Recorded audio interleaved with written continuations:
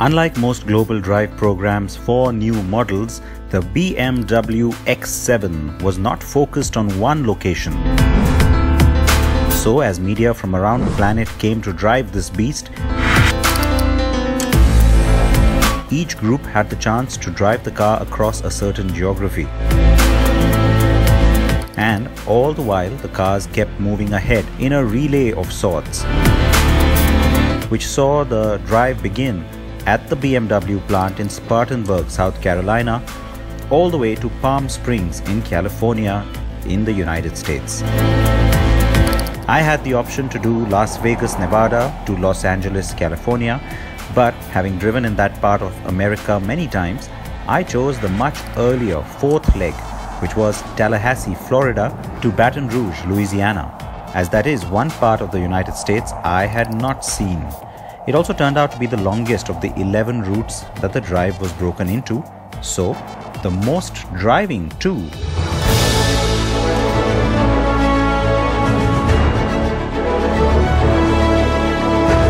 The first ever X7 is BMW's answer to the Mercedes-Benz GLS, the Audi Q7, Lexus LX, the Range Rover, Infiniti QX80, Lincoln Navigator and the Cadillac Escalade.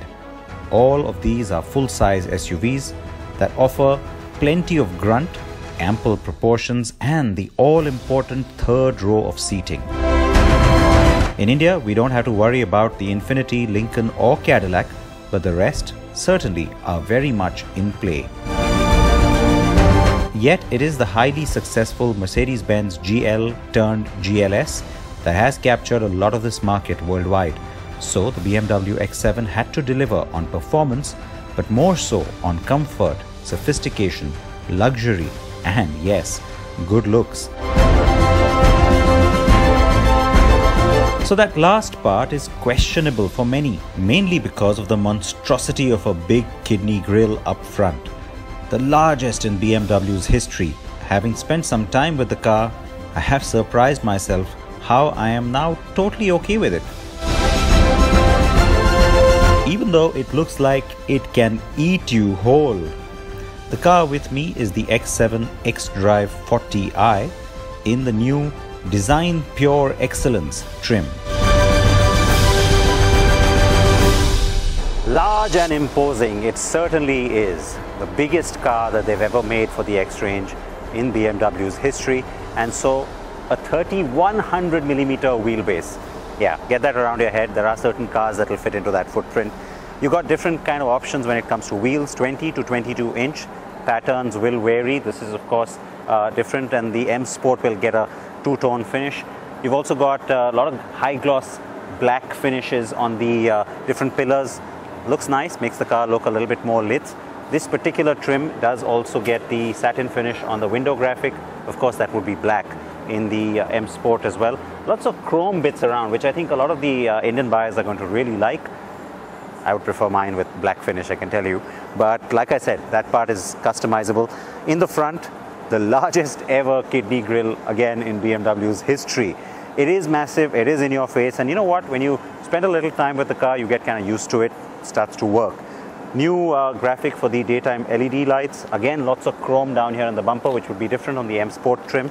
The air curtain also finished off in chrome, and just a sense of all that power, because you've got different engine configurations, remember, but the whole idea here, the focus, if you will be on the power that's under this hood. So the muscle here in the metal, again, gives you a sense of that, which visually, I think works for the car.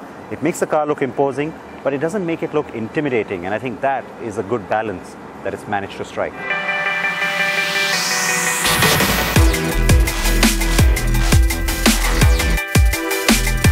LED lights are standard, while you can opt for the laser light option if you pay more. The X7 is being launched with 4 engines, 2 diesel and 2 petrols. The X7 xDrive 30D has a 3-litre inline-6 with 260 bhp on tap.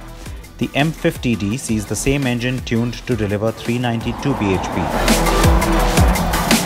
On the petrol side, you have the 40i with petrol inline-6 with 333 bhp power, and the top spec petrol V8 with 453 bhp. That one is just for the US.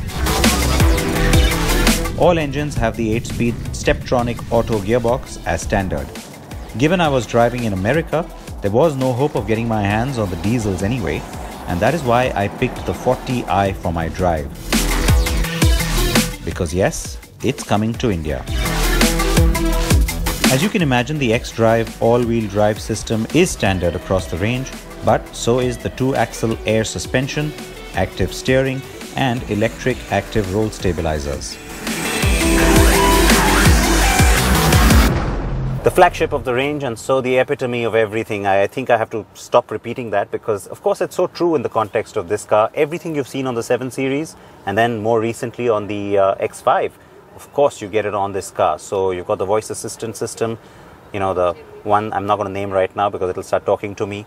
You've also got the 12.3-inch screens, including the virtual cluster, all updated graphics, the latest iteration of the iDrive system as well, with this crafted clarity, they call it, the little crystally, blingy, mirrory image, mirrory finish that you see down here on the gear stick as well as on the iDrive knob and controller and the start-stop switch.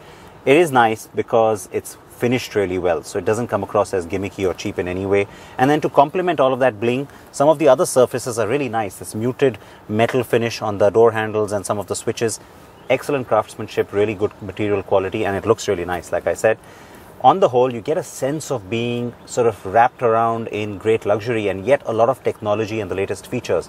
Commanding driving position, no doubt about it.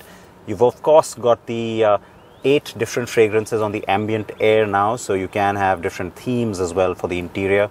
That includes 6 different colors on the ambient light as well. So yeah, I could go on and on. You name it, and this car has it. And like I said, the good part is it's complemented by a sense of power. You get a nice view of this big hood in front of you when you're driving, and it gives you that sense of this being a big, powerful car, which I think is important. The front cup holders have optional heating or cooling to keep your beverage hot or cold as you prefer.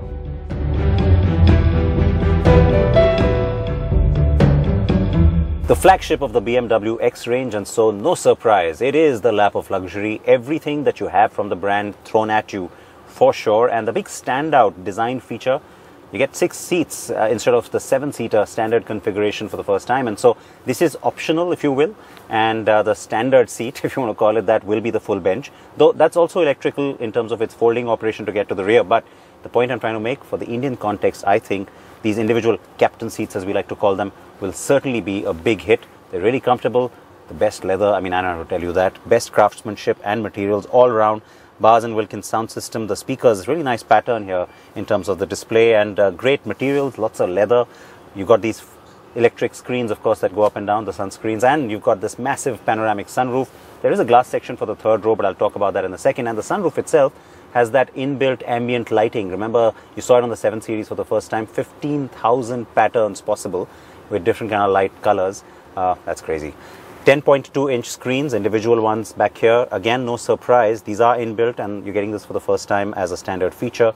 Touchscreen, thank God, no rotary dials anywhere, and you can control the car's functions, navigation, music, climate control, interior, ambient lighting, everything from in here. And of course, you can also watch something if you want to. And so you've got a DVD player down there, and individual headphone jacks too. Speaking of individual points, you've got 2 USB charging points. You've also got the power outlet, 2 cup holders, lots and lots of leg room, because yes, this is the largest wheelbase car from the BMW X range ever. So space, of course, no surprise whatsoever.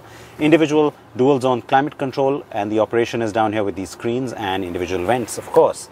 And that's not all. There is still more to talk about when it comes to the interior. The BMW X7 is also the first at the Bavarian company to offer 3-row seating as standard.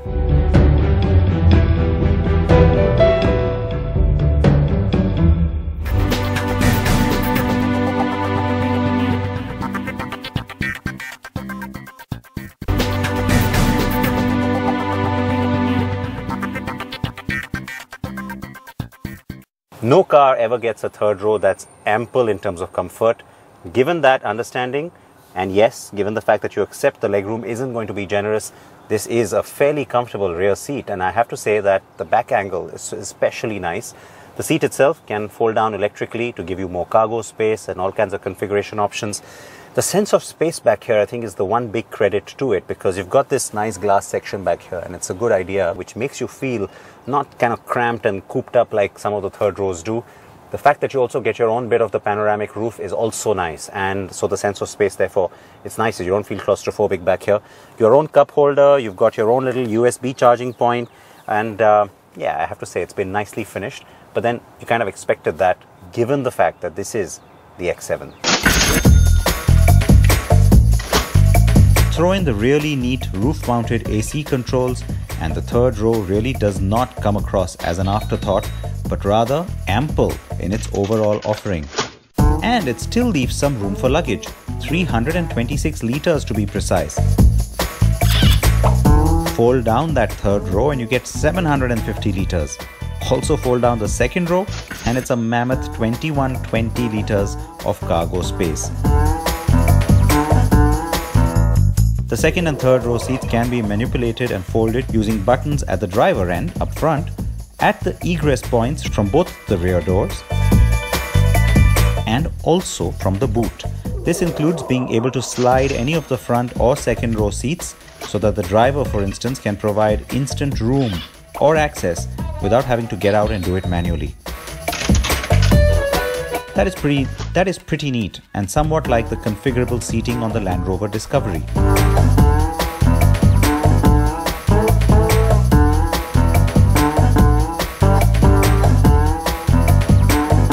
The boot has a split tailgate that is electrically foldable, of course, a nice feature that's rather practical when loading cargo.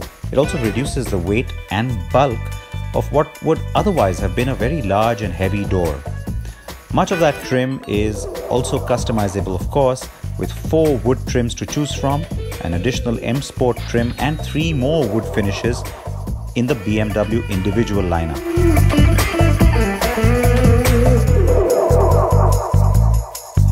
There are also 3 qualities of leather with 8 to 9 color options for them collectively. Even the car's roof headliner finish on the inside can be done in ivory, blue or grey Alcantara. I did get ample drive time with the X7, but I want to state up front that it involved no off-roading whatsoever. That said, the xDrive all-wheel drive does give you the X off-road modes that lets you choose between X sand, X rocks, X gravel and X snow for varying surfaces and terrains. This is similar to what we've seen on the X5 of late, and it did work effectively on that car. This is in addition to the usual Sport, Comfort and Eco Pro drive modes. The air suspension allows for the chassis to be raised or lowered by 40mm from its standard position.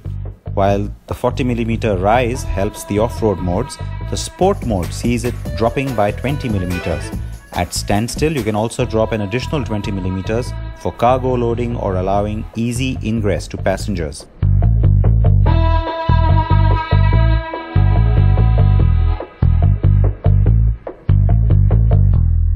There's lots of driver assistant features on board, including all of the lane keep assist and semi-autonomous features as well, which will keep the car at a particular speed, guide you through traffic and watch the lane markings to keep you going.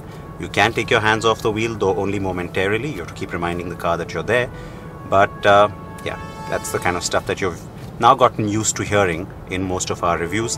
So of course the X7 does all of that and does it well.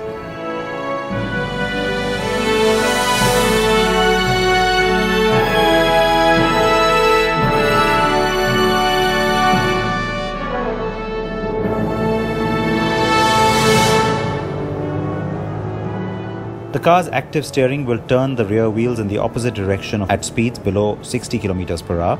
This will help with maneuvering in and out of parking spots, tight turns and in traffic in general.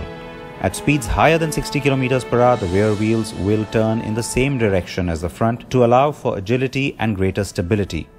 This helps counter some of the car's very obvious bulk.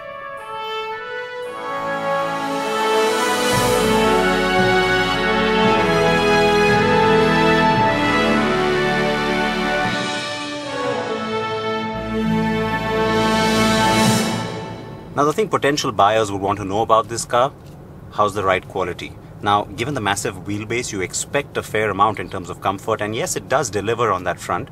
Having said that, the particular spec that we're driving today, well, it has 22-inch wheels, and so in some places that hasn't felt quite as comfortable as you'd like, but I'm pretty sure that India will not be getting those huge wheels, and so yeah, you can be pretty much assured of a very comfortable ride. And the reason I sort of stress on that is because two things kind of struck me as a little bit odd today. Even when you look at the flagship on the sedan side, which is the 7 Series, there's always talk about performance first. It's more about that it is a driver's car because it's a BMW. This is the first time that, whether it's the route selection or even the kind of briefing or conversations we've had from the experts, it is more about the comfort and the luxury aspect on this car, because see who it's going up against. When you talk about a car like the GLS, yeah, nobody's really thinking about driving performance. And the second thing, of course, which I said struck me is that in the Indian context, that becomes even more relevant because, come on, those of you who are watching who are going to buy this car, you're not going to be sitting in this seat, are you? And yet the good news, or should I say the big relief for me, is that the car does actually pack in some great performance too.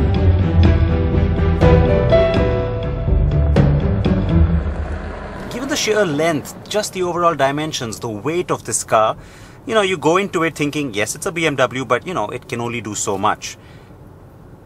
I'm glad to be surprised there, because even though I was making that point about how, the focus of this drive doesn't seem to be on dynamics, the good news is that the X7 delivers. It is a true BMW, it is a driver's car, and its agility will surprise you.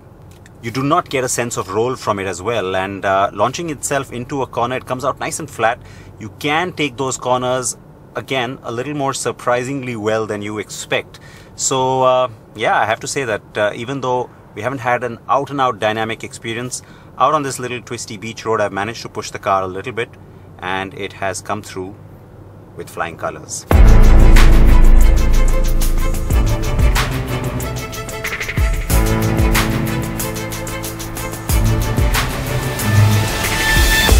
The 3-liter inline-6 also sounds really nice. In fact, a little better than I expected it would. The amount of torque you get from the engine, I think, is the real satisfying part of it, because it's available to you in truckloads and nice and low as well.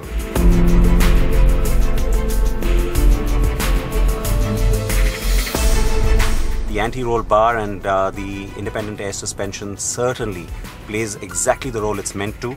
Gives you great stability and really no sense of roll whatsoever. The optional M Sport differential is only standard on the top spec diesel X7 M50D. It helps limit the equalization of rotational speeds of the wheels on the inside and outside of a corner, keeping the car stable and in control in very dynamic driving situations. Now, before you can ask, I did step into the second and third rows while being driven for shorter stretches of mixed road types. And yes, it was no surprise just how comfortable I was, especially in row 2.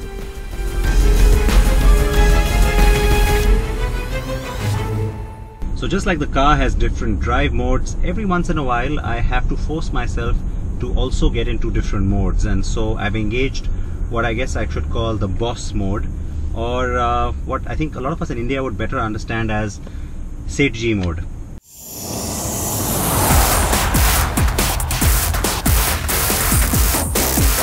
But I was quickly back in the driver's seat, thank you very much, and continued to try the car's features and various drive modes. The 11.8-inch head-up display is very well laid out and offers plenty of information, including graphical representation of upcoming turns or junctions from the navigation system. Wireless charging, all kinds of smartphone connectivity options, and yes, that includes Apple CarPlay. In India, expect a lot of these features to be standard, as the car is likely to be offered in only one fully loaded trim. This is due to the kind of clientele that BMW would expect for it, as also the constraints of assembling the car in Chennai using CKD kits. The BMW X7 will come to us in the later part of the year with the xDrive 40i petrol and the xDrive 30D diesel as the likely engines. Prices should range from 90 lakh rupees to 1 crore 15 lakh rupees.